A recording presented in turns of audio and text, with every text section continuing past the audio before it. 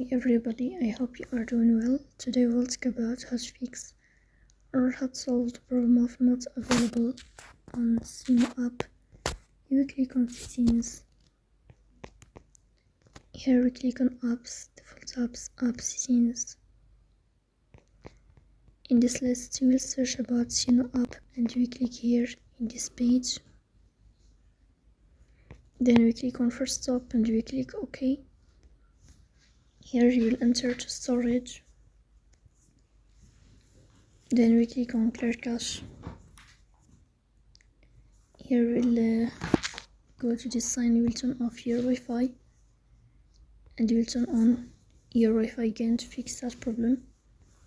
So please don't forget to support us by like and subscribe.